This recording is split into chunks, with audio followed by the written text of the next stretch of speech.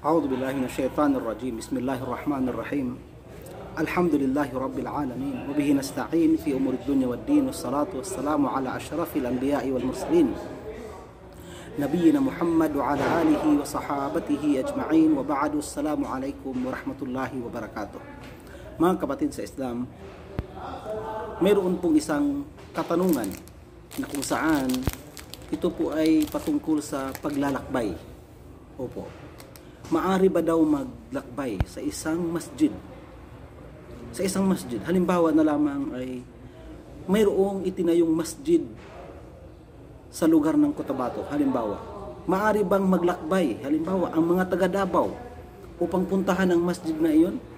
Pinahihintulot po ba yun sa Islam? Opo.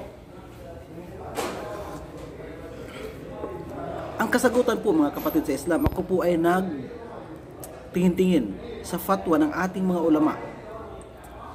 At meron ako nakita fatwa ni Sheikh ni Abdulaziz bin Baz hafidahullah.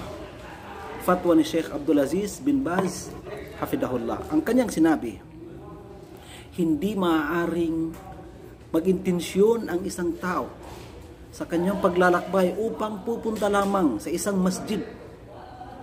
Upang pupunta lamang sa isang masjid ni Pulano, ni Manggano, o kahit ano pang ganda ng masjid na ito, maliban na lamang kung ang pagpunta niya sa masjid na iyon ay pagsasaliksik ng kaalaman. Maliban na lamang kung ang kanyang pagpunta sa masjid na iyon ay ang pagsasaliksik ng kaalaman. Kung hindi, ay hindi pinahihintulot sa Islam. Ano po yung dalil mga kapatid sa Islam? Kung sinabi ng mahal na propeta, sumakanya nawa ang pagpapala at kapayapaan, kanyang sinabi, la tashuddur rihalu illa ila thalathati masajidi illa ila thalathati masajidah illa ila thalathati masajid Masjidil Haram yani Makkatul Mukarramah wa masjidi hadha Masjidun Nabawi at ang Masjidul Aqsa. So ipinahihintulot lamang ang paglalakbay mga kapatid sa Islam. Pinahihintulot lamang ang paglalakbay sa mga masjid. Opo, na mayroong intensyon maglakbay sa mga masjid sa tatlong uri ng mga masjid. Ano po ang mga masjid na ito? Masjidul Haram, yung nasa Makkah, at ang masjid ng Propeta Muhammad sallallahu alaihi wasallam, at ang Masjid Al-Aqsa. Kaya naman, maliban pa dito ay hindi na. Mga kapatid sa Islam, alhamdulillah, sa oras po na ito ay kami ay nandito po sa masjid ng Propeta Muhammad sallallahu alaihi wasallam.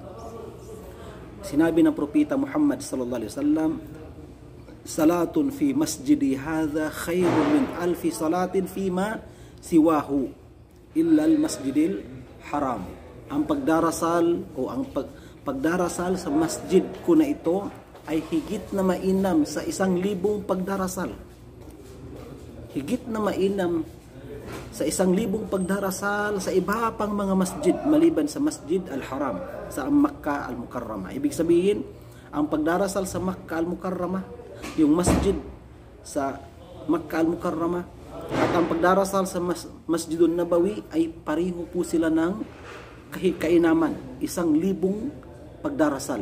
Ito ay higit na mainam pa sa 1,000 pagdarasal sa ibang masjid. Halimbawa, nasa Riyadh ka, anumang masjid sa Riyadh, ang pagdarasal mo doon ay katumbas ng 1,000 dasal mo doon, katumbas ng 1 dasal mo dito sa Masjid Al-Haram, mga kapatid sa Islam. Kaya naman, si Propeta Muhammad sallallahu alaihi wasallam, mga kapatid sa Islam, si Propeta Muhammad sallallahu alaihi wasallam ay kanyang ipinahintulot ang paglalakbay sa 3 uri ng mga masjid lamang. Sa 3 uri ng mga masjid lamang at hindi maaari sa iba pang mga masjid. Nakikita po natin sa panahon ngayon na napakarami tayong mga kababayan na pumupunta sila sa mga masjid na kahit saan. No? Pag may nakita silang napakagandang masjid, pinupuntahan nila for picture taking, for anuman ang kanilang pakay. Ito po ay ipinagbabawal sa Islam. Dahil sinabi ng mahal na Propeta Muhammad, hindi maaaring magkaroon ka ng intensyong paglalakbay, pagbisita sa masjid, maliban na lamang sa 3 uri ng mga masjid. Kaya sino mang Muslim, huwag niya pong puntahan ang isang masjid maliban sa 3 masjid na ito. Opo, hindi po ito pinahihintulot sa Islam. Mga kapatid, hindi po ito ipinahihintulot sa Islam. Huwag po tayong maging mangmang sa ating relihiyon. At kapag nalaman natin na ito pala ay ipinagbabawal, mga kapatid, tigilan po natin. Tigilan po natin. Magkakasala lamang tayo po, mga kapatid, sa Islam. Opo, magkakasala lamang tayo. Dahil ang paglalakbay ay ipinahihintulot lamang. Pakayin mong lakbayin ang isang masjid, ipinahihintulot lamang ito sa 3 uri ng masjid. Masjid ng Propeta, sa Kaaba, at ang sa Masjidul Aqsa, at wala nang iba pa. Paano na kaya ang mga kapatid nating pupunta lamang doon upang magsasagawa ng picture taking? Yun po ay pinagbabawal sa Islam. Ipinagbabawal nga pong pumunta doon para magdasal. Opo, halimbawa, pupunta ka doon sa Pink Mosque or doon sa Grand Mosque sa Cotabato, pupunta ka doon upang doon ka magsalatul Jum'ah. Mali po yun, mga kapatid, sa Islam. Mali po yun. Hindi po maaaring maglakbay ang isang tao para lang magdasal sa isang masjid maliban sa 3 uri ng masjid. Maliban kung walang masjid sa lugar mo. Halimbawa, walang masjid sa lugar mo, pupunta ka sa kabilang jamaah, pupunta ka sa kabilang lugar para doon ka magsasagawa ng jamaah, walang problema doon. No? Pero mayroon kang masjid sa lugar mo, may jamaah, may jami' sa lugar mo, at papakayan mong doon ka pa magsala ng salatul Jum'ah, salatul Fajr doon sa Cotabato, doon sa Maynila, sa Blue Mosque, sa Golden Mosque. Hindi po ipinahihintulot sa Islam yung, mga kapatid, sa Islam. Kaya po, mga kapatid, tigilan po natin ang pagbisita sa ganitong uri ng mga masjid dahil ito ay hindi ipinahihintulot sa atin sa Islam.